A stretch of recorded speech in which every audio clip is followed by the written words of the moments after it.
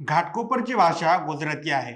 मुंबईत येणाऱ्या प्रत्येकाने मराठी शिकलीच पाहिजे असं नाही, असं वक्तव्य राष्ट्रीय स्वयंसेवक संघाचे ज्येष्ठ नेते भैयाजी जोशी यांनी केल्यामुळे याचे पडसाद राज्यासह विधानसभा आणि विधान परिषदेत देखील उमटत आहेत. या वक्तव्यावरून चौफेर टीका झाल्याने भैयाजी यांनी अखेर यू टर्न घेत सारवासारव केली आहे. आता असा नसता उद्योग करण्याची भैयाजी यांना काय गरज होती? मनसे अध्यक्ष राज ठाकरे यांच्या शब्दात विचारायचं झाल्यास जोशी बुवांनी काड्या घालण्याचं काम का केलं, यामागचा हेतू काय होता आणि यावर सरकार आता काही कारवाई करणार का, सगळं काही समजून घेऊया आजच्या या व्हिडिओमधून. नमस्कार, मी सनी आणि तुम्ही पाहताय दैनिक राज्य लोकतंत्र.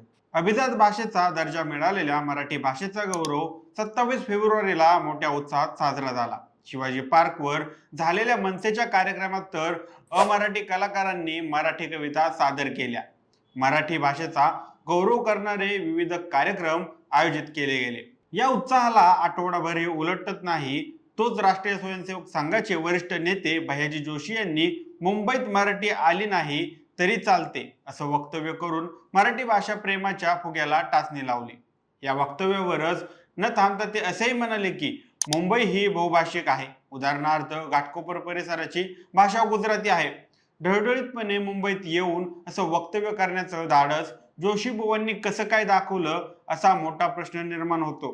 अर्थात याला कारणीभूत आपण मराठी भाषिकच आहोत. आपण मराठी लोकांचा संवाद साधताना हिंदीतून सुरुवात करतो.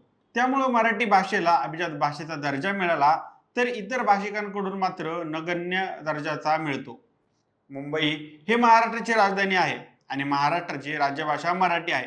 घाटकोपर हा भाग मुंबईतच आहे. मुंबईत मराठी भाषेचा अनधिकृत आहे हे जोशीबुवांना माहीत नाही काय? जोशीबुवांनी वादग्रस्त वक्तव्य करून मराठी भाषिकांना डिवचण्याचा, मराठी भाषेचे महत्त्वाचा कमी करण्याचा फाजीलपणा केला आहे. त्याचा मराठी भाषिकांनी निषेध करायलाच हवा.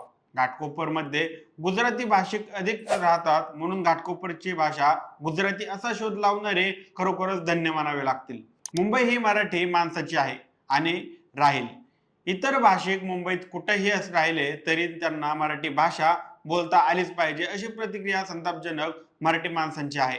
भैयाजी जोशी यांचं वक्तव्य मराठी माणसाचा अपमान करणार आहे. त्यांनी मराठी भाषेसंबंधित केलेल्या वक्तव्य RSS ला मान्य आहे का, असा देखील मोठा प्रश्न निर्माण झाला आहे. मध्यंतरी काही कार्यकर्त्यांनी पुण्यात एक सामान्य एसटी चालकाला मराठी न येण्याच्या कारणावरून त्याला काळं फासलं होतं. आता या भैयाजींनी हे मराठी भाषेविरोधात बोलल्यामुळे त्यांनाही काळं फासणार का, असा देखील प्रश्न विचारला जात आहे. मुंबईत कुठलीही एक भाषा नाही, इथे अनेक भाषा बोलल्या जातात असे धक्कादायक विधान करून भैयाजी जोशी यांनी भाषेबद्दल नवा वाद सुरू केला आहे.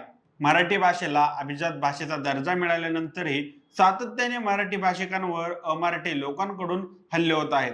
मुंबईमध्ये मराठी भाषिकांना जागा नाकारल्या जातात. आता मुंबईची मराठी भाषा नाकारली जात आहे. मुंबई तोडण्याची भाषा होत आहे. मुंबई महाराष्ट्रासाठी 106 हुतात्म्यांनी आपलं बलिदान दिलं आहे. त्यांचे बलिदान कसं व्यर्थ जाईल? मुंबईला महाराष्ट्रापासून तोडण्याचे प्रयत्न कदापि यशस्वी होणार नाहीत हे तसा प्रयत्न करणाऱ्यांनी कायम लक्षात ठेवावे. भैयाजी जोशी यांनी आपण मराठी आहोत याचे भान का सोडावं? जोशीबुवांनी अशा काड्या करू नयेत. त्यांच्या वक्तव्याचा भाजप निषेध करणार आहे का, असा सवाल मनसे प्रमुख राज ठाकरे यांनी केला आहे. भैयाजी असेच विधान बंगळुरू अथवा चेन्नईत करण्याची हिंमत दाखवतील का? मग असे नसते उद्योग करण्याचे कारण काय? भैयाजींच्या वक्तव्याबाबत बोलताना मुख्यमंत्री देवेंद्र फडणवीस म्हणाले, त्यांचे वक्तव्य मी ऐकलेलं नाही, त्यामुळे ते पूर्णपणे ऐकून त्यावर माहिती घेऊन बोलेन. मुंबईची महाराष्ट्र शासनाची महाराष्ट्राची भाषा ही मराठीच आहे. महाराष्ट्रात राहणाऱ्या प्रत्येकाने मराठी शिकलं पाहिजे. प्रत्येकाला मराठी बोलता आलीच पाहिजे. इतर भाषांचाही इथे सन्मान होतो. कोणत्याही भाषेचा मी अपमान करणार नाही. त्यामुळे शासनाची भूमिका पक्की आहे असं मुख्यमंत्र्यांनी सभागृहात स्पष्ट केलं. मुख्यमंत्र्यांनी कोरटकर हा चिल्लर माणूस आहे असं म्हटलं होतं. आता त्यांनी भैयाजी जोशी यांना चिल्लर घोषित करून त्यांच्यावर राजद्रोहाचा गुन्हा दाखल करावा अशी मागणी उद्धव ठाकरे यांनी देखील केली आहे. भैयाजी जोशी यांनी नाहक वाद निर्माण केल्यामुळे मराठी माणूस पेटून उठलेला साहजिक आहे. तर या भैयाजी बाबत तुमची काय मते आहेत?